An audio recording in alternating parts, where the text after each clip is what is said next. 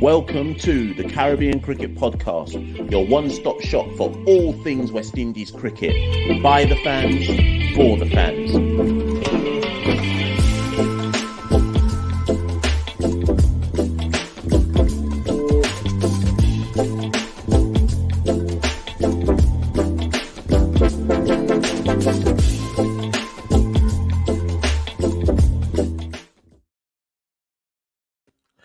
Yes, ladies and gentlemen, welcome to another CG United Super50 show. Caribbean Cricket Podcast show? Let's call it the Caribbean Cricket Podcast Super50 show. One of these days I'll work out what exactly we're calling these Super50 shows, but here I am all the same. My name is Machel St. Patrick Hewitt, one half of the Caribbean Cricket Podcast. And as ever, as you can see on the scrolling ticker feed below, you can follow the Caribbean Cricket Podcast at Carib Cricket on Twitter or Instagram. Like, share, subscribe to the Caribbean Cricket Podcast, subscribe to this video. We're on the road to 4K YouTube subscribers. I don't know how many away we are, but we're still on that road. So do like, share, and subscribe to the Caribbean Cricket Podcast. If you'd like to support the Caribbean Cricket Podcast, you can support us at www.patreon.com/Carib Cricket for as little as £2, $2 to whatever your currency is per month. Yes, people. So far in our kind of Super 50 shows, we've looked at some of the teams. The last time I was on the YouTube channel, I interviewed Alec Athanase, I should say. And you should by now, some of you, maybe some of you don't know, I dropped an opinion piece about Alec Athanase, and that is on the official West Indies website. So you can go and read that now. In fact, if I'm clever enough, I might even be able to share my screen to show you all. Let me try and be clever and try and do this, people. Bear with me. Can I do this and not mess it up? Let me see. Can I do it? Yes, I can. So right now on the screen, people, you should see this. Ooh, no, you can't. Yeah, you should see this. So there you go. Opinion, Alec Athanase, A Star is Born by Machel St. Patrick Hewitt. So if you'd like to read the article, please head to the official West Indies website and you can see the article as well as a link to the full video interview with Alec looking at his great start to Super 50. So there is also that to read, people. So yeah, we're here. And why are we here? Well, I wanted to kind of drop a video at what I call the halfway stage of kind of like the group stage of Super 50. All the teams have played 3 matches. Well, at the time of recording, Leeward Islands versus Barbados is currently on a rain delay. So I figured, you know what? Let me just record it now. Leeward Islands, I think, about 174 for 2 after 33 overs. That should probably isn't starting to look like it might be a Duckworth-Lewis type match. But the point being, enough games have been played to kind of do a halfway review. Now, for those of you who don't know, again, let me try and share my screen to help people. So for those of you who don't know, this is how the table currently looks in Super 50. So let me just bring it up. So here's the current table, people. You should be able to see this on the screen. So in Zone A, TNT, Windward Islands and Guyana are all locked in on 4 points. TNT now currently lead the table based on net run rate. Remember, the top 2 will go through to the semis. Combined campuses and colleges are basically have taken licks from everyone. So it's going to be a straight shootout over the next set of 3 games between TNT, Windward Islands and Guyana to see who are the top 2 in that group. I would hazard a guess that one of them will definitely be TNT. I'm not sure who the second will be. And then if you go down to Zone B, you'll see that the Leeward Islands are out on top, and they're currently batting merrily away against Barbados, looking like they're going to put up only the second 300 or higher score. If the match plays out, only the second 300 plus score in the tournament.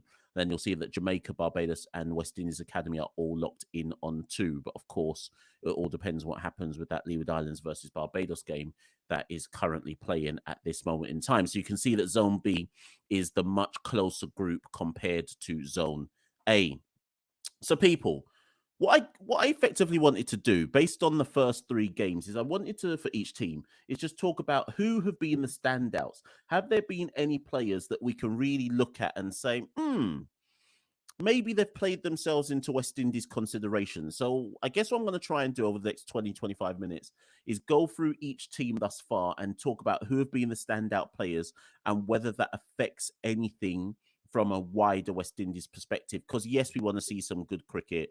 Yes, we want to see whoever you're supporting, whichever nation it is that you're supporting. Yes, whoever you are, you'll want to see your nation win. But fundamentally, the greater good is always West Indies cricket. So I would just want to look a bit kind of wider and see, well, who are the players who have stood out. Before I go there, though, there's been certain kind of headline things for me, or talking points, which have been clear the more and more the tournament has played out.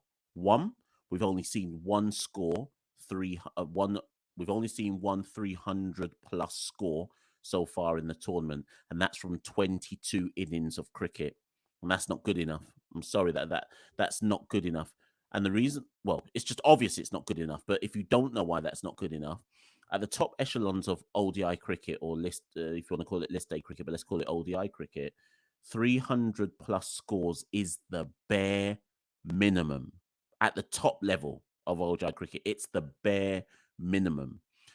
One of the big reasons why West Indies have struggled so much in ODI cricket in the last year and a half is that we're not able to A, bat out 50 overs, and B, when we do bat out, well, we rarely do it, but B, we're not able to regularly score over 300. C, even when we do score over 300, we're not posting like unbeatable 300 scores. So if you think back to the last, let me give an example. The last ODI we played against New Zealand, which was in Barbados, 21st of August, 2022, West Indies batted first and made 301 for 8 from 50 overs, right? That is the bare minimum, really and truly, in ODI cricket. New Zealand chased that down with 3 overs to spare. 17 balls, 18 balls to spare. So you get what that in a nutshell encapsulates what I consider modern ODI cricket to be. 300 is, I've said bare minimum, but some would say that's subpar. But right about now, in terms of West Indies and ODI cricket, that's kind of good for us. Now it's a worry when you look at what's supposed to be our top regional list day tournament, and so far I've only seen one 300 plus score, and even that was just 300.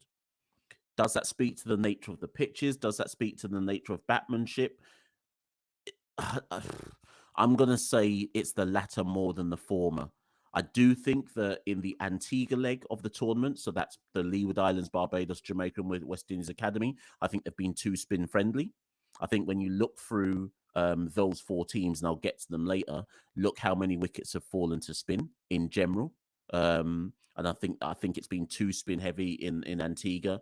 Trinidad has helped the fast bowlers a tiny bit more, but again, we're looking at the tournament, and we've only, to put this in perspective, we've only seen one score of 300 plus, but here's the worst thing. We've only seen 5 scores of 250 plus. So when people look at our ODI team and they want to cuss, and obviously Phil's going now, and it's Phil's fault, and it's this and it's that. Remember, Pollard said after the Island series at the start of last year, there's an endemic batting problem throughout the region. Well, look at our Premier List Day tournament. Only 5 scores of 250 plus in the whole tournament so far. If that doesn't speak to an endemic batting issue in the region, then I don't know what else do you lot want as evidence? And the only thing I can say is some of the players aren't here. But even then, so we're talking about Raymond Reefer, Jason Holder, Carl Mayers, they're not here, right? They're already in Australia. And after this Leeward Islands Barbados game ends, every team is losing someone. So from Barbados, Craig and Ruston will go to Australia.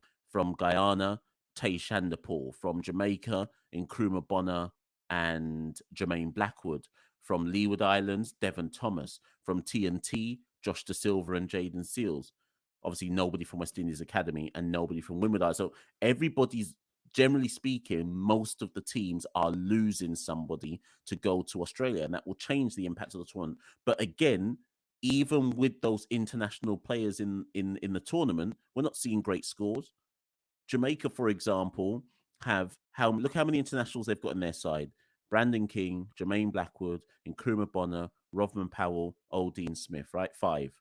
They couldn't chase 182 against, or 183 against the West Indies Academy. I think there is a wider batting issue in the region, and this tournament should be showing people that there is. So, sorry. And then the last point I wanted to make before I kind of went through each team and just had a general kind of overview of how they've gotten in this tournament so far. I spoke about spin dominating in Antigua in particular, but what worries me as well, and what I've seen in this tournament, probably up until today's game, Devon Thomas and Casey Carty have probably batted the best I've seen thus far in the tournament, in so much as negotiating spin and just rotating strike. And you can totally see, by watching this tournament, you can totally see why there are issues at the international level with rotating strike. Because when I was crunching the numbers, looking at the halfway stage, it is interesting how every team, it's interesting how pretty much the majority of the teams have a spinner dominating their bowling. And not only that, going at like ridiculous economy rates. Sunil Narayan is going at an economy rate of 2.25 across 3 matches. Come on, man. I know it's Sunil Narayan, but 2.25? If that doesn't speak to an issue with playing spin in the region, I don't know what else people want as evidence. And that's Sunil Narayan, right? Roston Chase is going at an economy of 3.2. Come on, man. I know he's an international player, but come on, man. Joshua Bishop, 3.9. So there are wider issues that I've picked out in it. Kofi James, 3.3 across 3 games. There are wider issues in the Caribbean about playing spin, and some of it, with the greatest of respect to some of those players, it's not like it's peak Shane Warne or peak Murali, you know. We are struggling to even do well against what I'd call average to slightly good spin. Like we're struggling out here. Come on, man. And this is why I think people have to get their head switched on when they cuss out the senior side. Always go back and look at, well, what's happening in the domestic tournaments? Why do you think the senior players struggle so much on the international level? What's the standard of domestic cricket? So anyway, that notwithstanding, let me quickly run through each team. Like I say, these are all supposed to be quick videos, the ones I do on Super 50. So the time, I've seen that already 30 minutes have gone. I want to try wrap this one before 30 at the latest. So Barbados, top 3 run scorers for Barbados thus far. Remember, they are currently playing as I record this. Roston Chase. And what I've looked at for each player with the bat is their strike rate. Their strike rate's more important to me than the average, so to speak. So Roston Chase has hit 250s, and I've got to give Chase his due. Anybody who watches this knows that I've been very critical of Roston Chase over the last year and a half, his form with the bat. I've been fine with his form with the ball, but with the bat. But Roston has shown up 250s at a strike rate of 97. That's the most important thing for me. Roston's strike rate of 97. So Roston has shown that it's worth considering him for international consideration in white ball cricket, particularly ODI cricket. With the ball, 6 wickets at an average of 11, economy 3.2. So we've got to give Roston Chase his flowers. Can I just point out, though, before I continue, should have done this at the start. If you are taking notes when you're listening to this, I suggest you get a pad and a pen and write things down, because I'm an evidence-based guy. I don't like talking based on emotion. I like talking based on factual information and the stats and the facts. The last 11 to play for the West Indies ODI team was as follows against New Zealand on that 21st of August game: Shea Hope, Carl Mayers, Nicholas Pooran, Brandon King, Shamar Brooks, Casey Carty, Jason Holder, Akil Hussain, Alzari Joseph, Yannick Correa, Kevin Sinclair. Okay, that was our last selected 11. And that was the side that made 301 for 8. When I look at that side, the positions that I see as being available in the side, Brandon King at 4, Casey Carty at 6. I don't think their positions are set in that side. So we're looking at, when I go through each team in the tournament so far, keep in mind that there are at least 2 batting positions potentially available in the side. And that could include Casey Carty himself within that talking to get one of those 2 batting positions. So there's at least 2 batting positions available. That game against New Zealand featured 3 spinners. We wouldn't normally go in with 3 spinners. So Alzari Joseph and Jason Holder were the only real pacers, with Carl Mayers bowling some swing, right? He didn't even, actually, Carl Mayers didn't even, let me just check. Carl Mayers didn't even bowl in that game. So I can't even include Mayers. Oh, no, he did. Sorry, he did 3 overs for 16. So there's a fast bowling spot available in the side. Somebody has to partner Alzari Joseph going forward. Jason Holder should always be first change. He shouldn't be taking the new ball. Kevin Sinclair, interestingly enough, played in the ODI series. He's not even in the Guyana squad. He's not in any squad for this list day tour, this Super 50 tournament, which is bizarre in and of itself. West Indies called up someone who's not even in this list day tournament. So whether Kevin Sinclair as an off spinner keeps his place or not going forward is another question mark. And he actually bowled well in that series versus New Zealand. He bowled tidy. But how can we call up someone who's not even getting in a domestic franchise side for a West Indies team? That doesn't make any sense whatsoever to me. So there's probably an off spinner position available. So I'll just go through that again. Based on the current West Indies ODI setup, I think there are 2 middle order bat positions available. I think there is a fast bowler position available. And I think there is an off spinner position available. So when I go through each team, just think about that in terms of who, not just who's the standouts, but do they fit into the role that is required in the West Indies team? Okay, so just bear that in mind, because again, I'm an analysis guy out here. I'm looking for stats, facts to fit specific roles where there are clear deficiencies and weaknesses in the current West Indies ODI side. Just going to plug my charger in, people, because I just realized the energy's going on this laptop. Bear with me. All right, okay. So back to Barbados Pride, looking at them first and foremost. So Roston Chase has been good with the bat. He fulfills 2 of those roles I'm talking about. He could play in that middle order in an ODI side. He could also fulfill the off spinners role in the ODI side. So he has stood up.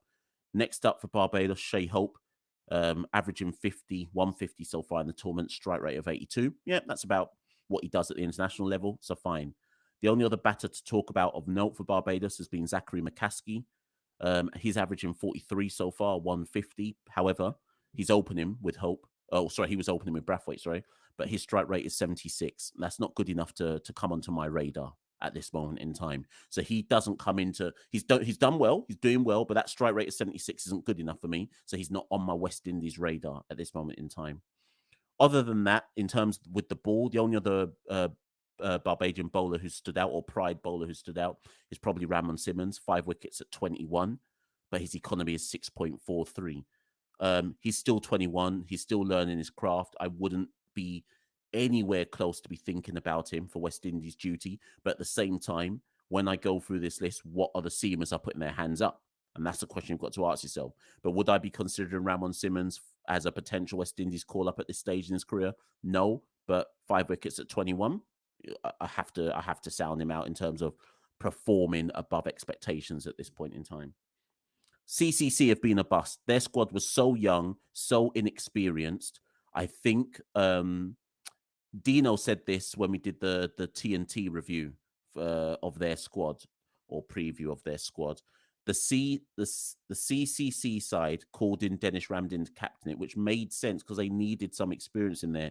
I just feel there should have been more experience in that squad, and like an additional 1 or 2 players. It's too inexperienced for me. And in the games versus TNT, Guyana, and Windward Islands, they've just been blown away. And if Cricket West Indies wanted an 8-team tournament, I just don't know if putting CCC in was a good idea if the team was going to be so weak and inexperienced. I can't really call anybody's name with the bat. I mean, based on their top run scorers, Demario Richards I don't even know if he counts. He's averaging 37 at a strike rate of 100, but that's skewered by one particular innings. So I don't know if I can't really count that. And then after that, it's Dennis Ramdin averaging 30 at a strike rate of 59. So if that kind of speaks to the inexperience within the side. With the ball again, Amari Goodrich, 3 wickets at 33, economy 5.88. Machel, Powell, 3 wickets at 27, economy 6.30. Nothing to write home about from CCC for me. There hasn't been, I mean, there's players in there who I was excited to see. Like I was excited to see Matthew Ford, for example, but he's yet to really light up the tournament in a way that I thought he might. So the CCC side just looks too inexperienced. I've not seen anything really from them that warrants me getting excited about anything from their side. Harpy Eagles, the player who stood out the most, Romario Shepherd. And part of me is like, good. Because if you are an international player, you're supposed to come back and you're supposed to dominate the domestic scene. So look at Barbados. Who's dominating it? Chase and Hope. And that's what should happen. They're international players. You're supposed to come and dominate the domestic scene. For Guyana, it's Romario Shepherd. Romario Shepherd is striking at 156, average of 75, 150, and 6 wickets at 22, economy 4.94. I'll give him his flowers. On a domestic basis, I have to give him his flowers. So right now, for me, Romario Shepherd is, if we're talking about a second seamer to support Alzari Joseph, even though I've bashed Romario Shepherd enough times in the past and said, oh boy, like he gets licks at the international level, which he does, all he can do is go back to the domestic scene and put up the numbers to demand a recall. And so far in this tournament, Super 50, he's done that. So I'll give him his flowers. Other than Romario Shepherd with the bat, Tevin Imlach, he's averaging 66, 150, but his strike rate is 62. Sorry, no, that's not good enough for me to give out any flowers. Shafane Rutherford, averaging 38, strike rate of 98. Like that strike rate. I like that. I would love to know if Shafane Rutherford passed any fitness test before this tournament. That's all I want to know about Shafane Rutherford at this point in time. And then other than that, with the ball, Gudakesh Multi, 4 wickets at 31, economy of 4.8. That's a bit surprising. I'd expect Gudakesh to go a bit better than that. But like I say, he's the second best bowler so far for the Harp Eagles in terms of wickets taken. And I know he's in and around the West Indies ODI thinking and setup. And test, I should say. So it's just worth mentioning Gudakesh in that sense as well. The Scorpions, Jamaica, top batter so far, Rovman Powell, averaging 49, 150, strike rate of 133. So again, Rovman's been dropped from the ODI side. All he can do is go back to domestic cricket. He's not going to Australia for the test tour. So all he can do is go back to domestic cricket and put up the numbers. Can he maintain this kind of production output for the rest of the tournament and put himself into consideration? Other than Rovman, Nkrumah Bonner averaging 35, 150, strike rate of 61. Nope. They briefly, remember earlier this year, they took Bonner on tour to India. He went to the Netherlands. Did he play against Bangladesh? I can't remember. I think the Bonner experiment, I should say, in the ODI team is over. And yes, he's the second best bats for Jamaica so far, but come on, the strike rate of 61. We can't consider that for West Indies. With the ball, Javar Royal. Again, remember what I said about Antigua and spin. 6 wickets at 20, economy of 4. I like Javar Royal. I think he's a tidy cricketer. I think he's a game cricketer. I think you want him in a battle. And I can't knock the 6 at 20. Dennis Bulai, 6 at 15, the leg spinner, going economy of 4.9. West Indies need a leg spinner of some sort. Sorry, I had to drink some water there. I've been impressed with Aldine Smith, though, with the ball. 6 wickets at 16, economy of 5. So both Romario Shepherd and Aldine Smith, I think, have delivered at the domestic level as they should, having been part of the international side. I'll always say with Aldine and Romario that if we're going to carry them to the ODI side, you only play one. But both of them, it's been interesting to see both of them with the ball. Like I say, Romario Shepherd, 6 wickets at 22, economy of 4.9. Aldine Smith, 6 wickets at 16, economy of 5. Pretty... I'd like get in the comments below. Let me know what you think about that. But it's worth just calling Aldine's name there. Also, Nicholson Gordon. I mentioned him to Jerome Foster in our Jamaica preview prior to the tournament. I said he would be someone to look out for. He's taken 4 wickets at 25, economy of 4.9. Again, Alzari Joseph needs a pace partner in that West Indies ODI team. Thus far, the names I've called, Romario Shepherd, Aldine Smith, Nicholson Gordon. When you look at numbers, They're really the only ones. And now there's a few more names coming, but just bear that in mind that we also need to look out for. Has any pace bowler really shown anything there? Right, moving on. Leeward Islands. Obviously, remember they're still playing at this moment in time versus Barbados. Casey Carty averaging 105. In fact, actually, as I'm doing this, people, as I am doing this, let me be sorry, people. That's how you know I'm doing this live. Let me just check the score as I'm recording this, and it is still. Oh no, they got back on. Looks like it's still raining. Is it raining still? No, they're back out on the field. Rakeem Cornwall out for a duck. And the Leeward Islands are 183 for 3 after 35 overs. And Casey Carty is 1 run away from his 50. He's 49 not out from 79 balls. So let me talk on that because I was just about to talk about Casey. So for Leeward Islands, Casey Carty is currently averaging 105. This 49 that he's not out on at this moment in time, let's not count that yet. 100. He's hit 100 so far in this tournament. His strike rate is 79. This is my only concern for Casey. Now, I'm going to call it immediately. I would keep Casey Carty in the West Indies ODI setup going to South Africa. I think he's not played enough games for him to be discarded. He's averaging 25 in international cricket at this moment in time. I just think you have to invest in the youth. Yeah, they've pretty much carried him the whole year. Let me bring up Casey's international numbers. So Casey is averaging 24.17, right, for West Indies. He's only played 7 innings. He's not got a proper run. He's been in, out, shunted up the order, down the order, etc. Highest score of 43. His strike rate is only 57. Now, this is my concern with Casey. In this tournament thus far, the Super 50, his strike rate is 79. I want to carry Casey to my ODI side, but that strike rate's got to improve. And like I say, in the current game versus Barbados, he's 49 not out of 81 balls. That's a strike rate of 60. That strike rate just needs to improve for Casey. That for me to proper consider him in ODI cricket, that strike rate's got to improve, but I'm willing to gamble on his potential. Other than that, for the Leewards, well, Rakeem just got a duck, but he was averaging 49, 150, strike rate of 120. Would you not have Rakeem Cornwall in your ODI side? Kofi James averaging 32, strike rate of 80. I'm not counting that with the bat. With the ball, top wicket takers for the Leeward Islands so far. Kofi James, 6 wickets at 11, economy 3.3. Rakeem Cornwall, 5 wickets at 13, economy of 4. Who would you carry in your ODI side, people? Roston Chase or Rakeem Cornwall? We've just seen what's happened in the test side. They've carried Roston Chase to Australia instead of Rakeem, quote unquote, medical issue. When will Rakeem Cornwall get his chance in a white ball side for the West Indies? We know that he's destructive with the bat. Today for the Leeward Islands, they put him up at number 4. Obviously, he got a duck, but the point is we know what he can do with the bat. If, as Vernon Springer said when he came on the CCP to do the Leeward Islands preview show, if Rakeem Cornwall stays in for 50 balls, you know he's going up more than 100. He's that type of player. We already know what he can do with the ball. And so far in this tournament, 5 at 13.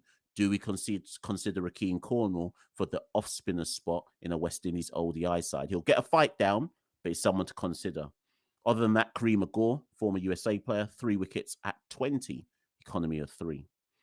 Moving over to TNT, top run scorers there. Kieran Otley, he's averaging 75, 150, strike rate of 83 whilst opening. I mean, Hope and Mayers seem to have the opener spot locks down at the moment. And remember, there's Evan Lewis in the background somewhere. I don't think that's enough from Kieran, but let's watch him. Let's continue to watch him. Nicholas Pooran, West Indies captain. He's averaging 68, strike rate of 102. Yeah, makes sense, given he's he's an international player. Darren Bravo has found a bit of form. He's averaging 50. He's got a 50. Look at his strike rate, though, 65. I'm still a big fan of Darren Bravo, but your strike rate's going to have to improve for me to consider you coming back into that middle order in the ODI setup. That 65 strike rate's not good enough. Josh De Silva, he's been opening for TNT. He's averaging 37. He's got a 50, strike rate of 74. I've got no qualms with seeing Josh De Silva get somewhere into our ODI setup. In fact, I would probably bring him in now because of his versatility. So he's someone to consider as well. With the ball, the top wicket taker in the tournament thus far, Shannon Gabriel, 7 wickets at 14. Say that again. Top wicket taker in the tournament is a fast bowler, Shannon Gabriel, 7 wickets at 14. I watched his game against, who was it against? Oh, whichever match he got 4 wickets in, and he was bowling with some serious, it might be in Guyana, he was bowling with some serious hostility, and he weren't wayward. It was hostile. There was pace, there was bounce, and it was accurate bowling. So he's 7 at 14, economy 4.8. If Shannon maintains that consistency throughout the tournament, you might have to call him into the ODI setup. If we know that he can't get through a 5-day test match anymore due to his fitness woes or injury and fitness woes over the last 2 years, do we gamble with bringing him into an ODI setup? Do we gamble with that? I'm not saying I would or I wouldn't, but it's a question. It's a question. Otherwise, what's the domestic tournament there for? Sunil Narayan, 6 wickets at 11, economy 2.2. Coolner, Sunil. Coolner, man. Sunil has no intentions of playing for the West Indies, but come on, like, there's levels to this, and Sunil's showing what the levels are. Yannick Correa, 5 wickets at 20, economy of 4. I think he'll stick around in the ODI setup. I think they're going to invest in Yannick Correa with the leg spin going forward. Akil Hussain, 5 wickets at 26. We know he's a lock in the ODI setup. And then Jaden Seals, 3 wickets at 27, economy 5.7. This might be controversial to some, but I don't want to see Jaden Seals anywhere near the ODI setup yet. I know he's already played a few games. They carried him. I think they carried him to. Did they carry him to the Netherlands? Did they carry him to? No, they didn't carry him to the Netherlands. When did Jaden play? Jaden played at some point this year, and I can't remember who it was against. I feel like it was the Netherlands. Did I see him in the Netherlands? I swear I did. Anyways, the point is, I don't think we should be putting Jaden in the ODI team, even though he's got 3 wickets at 27 and we need a fast bowler. I'd rather they go to Shannon before they go to Jaden, if I'm honest. But that's just my opinion. West Indies Academy, nearly finished, people. West Indies Academy, standout so far, Kevin Wickham. He's averaging 47, the youngster out of Barbados, 19-year-old, 150, strike rate of 89. That's not bad. That's not bad. I'll say it again. He's averaging 47, 150, strike rate of 89. No one in the West Indies Academy should be anywhere near the West Indies team. Let's just let them develop. But that's good from the youth. I like that, particularly that strike rate of 89. He's put in more experienced players to shame with that strike rate.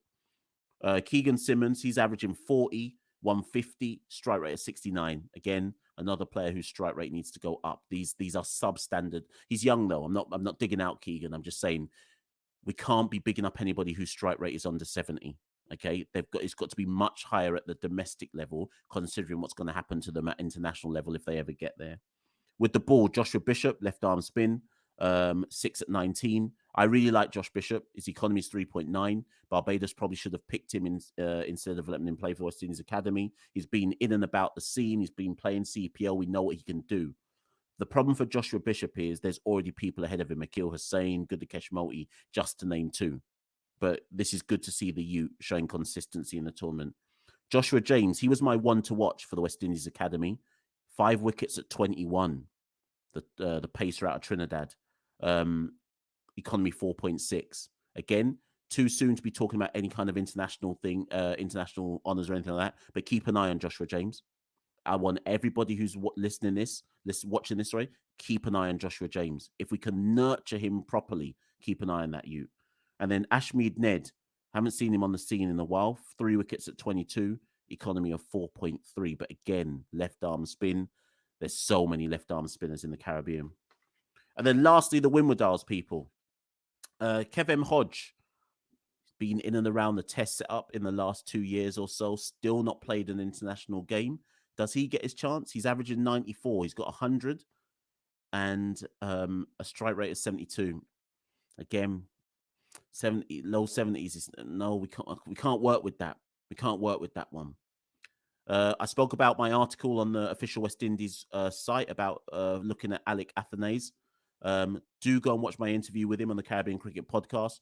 Do go and read that article on the West Indies official site. The Ute is averaging 92, 200s, strike rate of 99. That's the key. Strike rate of 99. That's what I want to see. Run a ball strike rates minimum from a youngster. A run a ball strike rate. Again, I'm not saying Alik will get into a West Indies ODI setup. But if he ends up the tournament's top scorer and he's still averaging at a strike rate of 90 plus or even 89 or higher or something, can West Indies really ignore him? Can they really? This guy was the top run scorer in the 2018 Under-19 World Cup. Can they really ignore him? I don't know. But he's certainly asking. He's certainly doing the right things for people to ask some questions. And then with the ball, no one from the Windwards really am I looking at with the ball. Kevin Hodge, 3 wickets at 30. I mean, Kevin Hodge is a good all-rounder. But I don't know. I feel like Hodge should have got a play by now in one of the one of the formats. I just feel like he could have got a play by now. I don't know how or where, but he's been in and about it. He's put up some all-round numbers, kind of like a Roston Chase, some all-round numbers. But when will it ever be enough for him to get a West Indies call-up? So like I say, people, that's the 8 teams. It's a quick rundown of the 8 teams. I've told you who've been the standout players from each team. At the top of the show, I said West Indies are looking for a minimum of 2 consistent middle-order batters who can rotate strike. They're looking for an off-spinner who isn't Kevin Sinclair, who's actually playing cricket for a franchise. And they're looking for a fast bowler to partner Alzari Joseph. I've given you all the numbers. I've briefly talked through each team at the halfway stage of the tournament so far. As I'm still talking, the Leeward Islands are 195 for 3 against Barbados with 12 overs to go. Casey Carty is on 54 not out from 89 balls, strike rate of 60. Devon Thomas earlier on hit 94 from 98. Does that mean, does Devon Thomas come in? I didn't mention his name for Leeward Islands, but does he come into a consideration, for example, for the because of his versatility? So think about everything I've said, people. Hopefully you've got a pen and a paper and you're writing down notes, and then hit me up in the comments. Who would you pick as your 2 batters? Would you keep Brandon King and Casey Carty, or is there someone in this tournament that's caught your eye that you'd say, bring them in? Who would you pick as your off spinner? Do you keep a Kevin Sinclair, or do you bring in a Roston Chase? Do you bring in a Rakeem Cornwall? Has someone else caught your eye with the off spin? And who do you partner Alzari Joseph with as a fast bowler? Do you bring in the experience of a Shannon Gabriel and say, you know what, Shannon, bun test cricket for you now. Let's work with 10 overs because you can stay fit for that. So lots of different numbers, lots of stats to crunch, people. Get at me in the comments below. Who would you bring into the West Indies side? Who's caught your eye? Keep watching the CG United Super50 people. I've been Machel St. Patrick here on Untitled Caribbean Cricket Podcast. Make sure you like, share, and subscribe to this video before you go, and share it with anybody else who's got a keen interest in West Indies domestic cricket.